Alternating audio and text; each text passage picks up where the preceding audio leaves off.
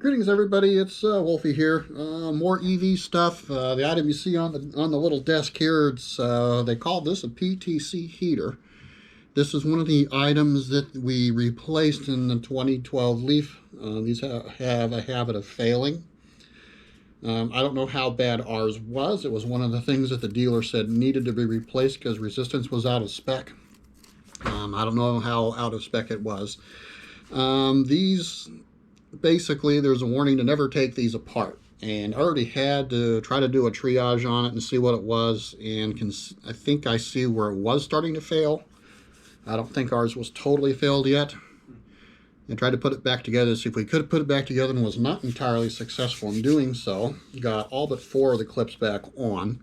It's these guys here, and so at this point, I'm going to go ahead and take it back apart and show everybody more or less how these are put together and what fails on them. So without further ado, I will start to pull these clips off. They do come off pretty easy. It's putting them back on that seems to be the challenge. I said, well, I got all but 4 back on when I did this before, so.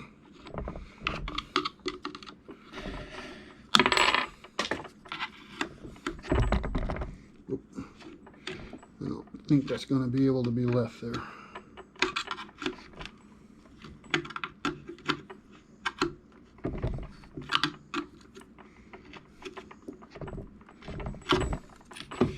And of course, it's going to make a liar out of me right now.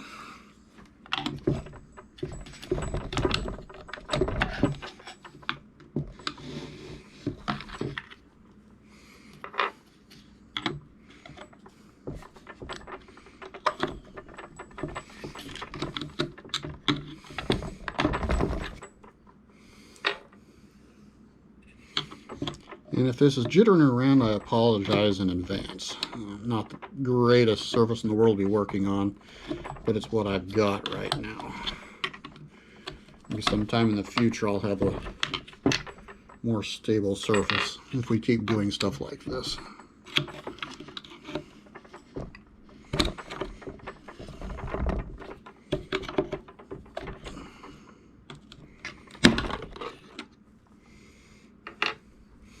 So as you can see, as you take it apart, it does spring apart, and this is why you could never get them completely back together again.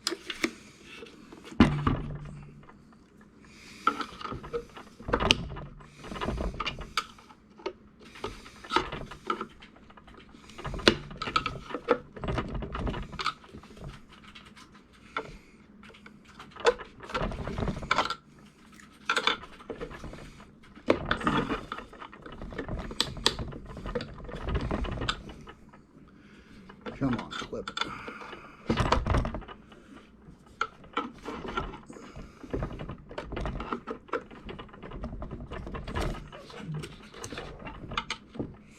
There we go. As we nearly send this thing flying.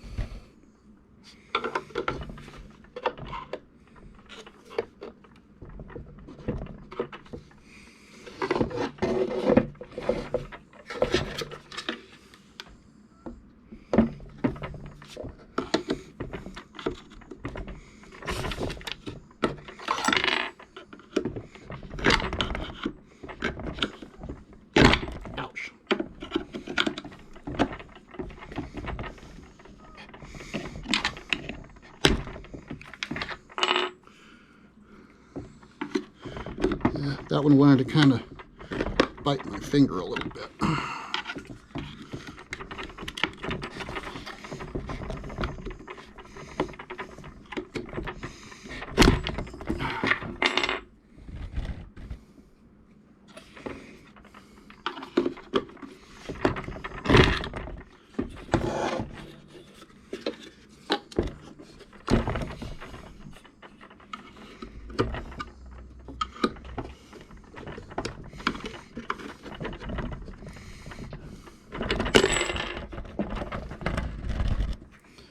Okay, I apologize for the camera keeping moving around like it is. It's definitely not being entirely cooperative.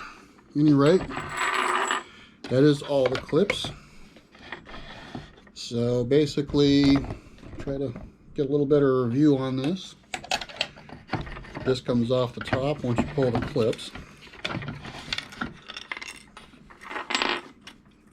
Then you have these little things that sit on top of the little power transformers. I guess some kind of a piece that just kind of holds those against the heat sinks.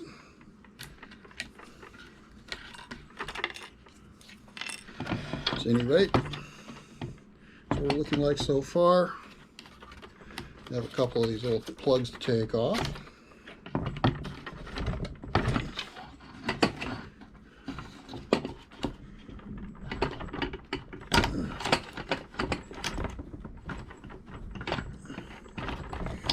And just like that, we have the lid off. So internally,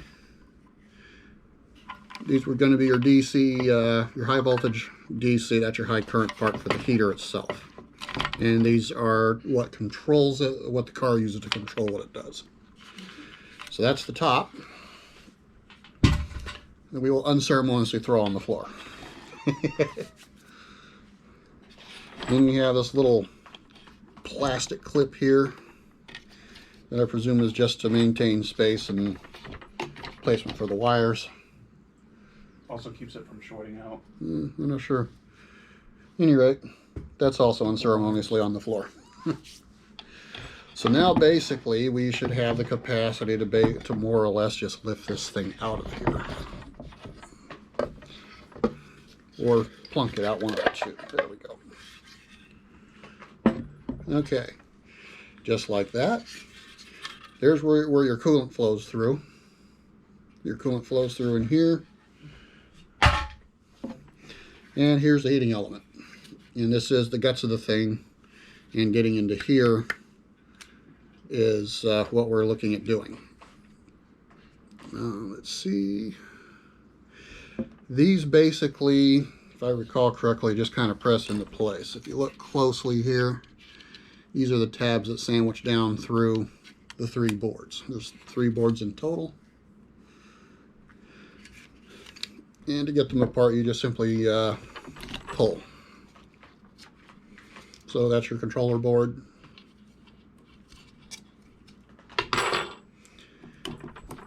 And then these are, of course, just little insulators for the heat sinks.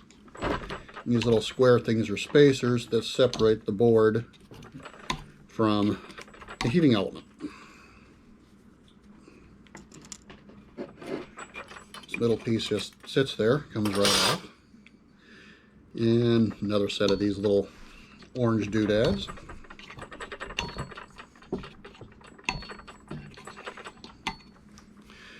And now we're down to the bottom board. And this is where the problems arise. If you look closely, there are all these little tabs. All these little tabs are all your little feeds to your heating elements that are inside here. And I don't know if it shows up, but there is a little bit of light discoloration on these two. So this one was beginning its process of failing. To take this apart, it's the same way as the others, but there's a lot more. So you might need your handy dandy screwdriver. And you can very gently just start working this thing off of all of its little feet. And this is where we'll get into what fails on these heaters on the early Nissan Leaf.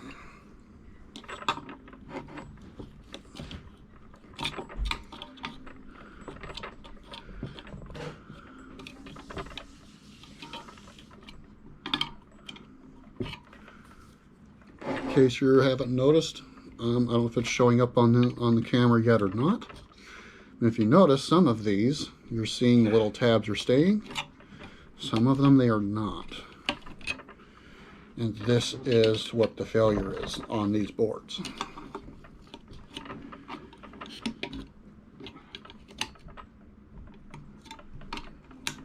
as we continue to gently work this up.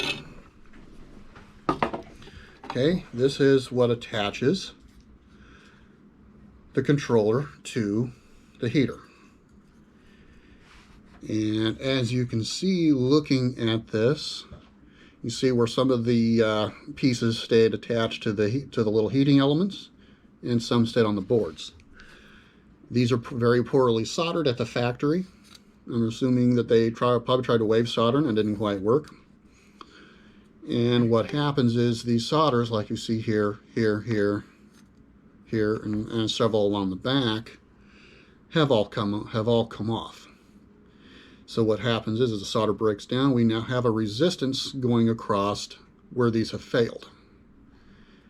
And it's a little bit more visible on this side. You can see where this connects to the controller, where it has started to get hot, where it's not supposed to get hot. And the board is discoloring. So we can probably say this was caught early. I don't think it was failed like they said, but it was in the process. I don't feel bad that we replaced it. What happens is, if these get bad enough, there is a 30 amp fuse in the DC to DC controller that is called the most inaccessible fuse in the world. You have to take the power inverter and the power controller off or out of the car in order to gain access to that to the DC to DC converter, so you can pull it out and then open it up and get to the fuse internally. So you're talking about a 2-day job to replace a fuse. That's what fails in them. In the dealers, they don't replace the fuse, they replace the unit. So that's kind of where we're at on this. This is a heating element that is inside the liquid PTC heater. This is what they used in the 2011, 2012 Nissan LEAF, all models, and from what I'm reading, in the base model 2013s, for a little while before going to a different style of unit. So if you have no heat, this is probably what's gone wrong. The best thing to do is, if you're having where you're not heating up well, you're not heating up at all, this is going to be your failed component. Now, depending on how bad this is, this may also blow that fuse in the DC to DC controller. In my last video, where I linked to the step-by-step for replacing this and removing the DC to DC converter, there is embedded within it a test you can do to check and see if this has failed, and after you've replaced it, whether or not the fuse is blown in the controller. So with that, I will let you go for now. I do have another video I'm going to come up with for the onboard charger that we also replaced in our Project LEAF. So until then, we will talk at you later.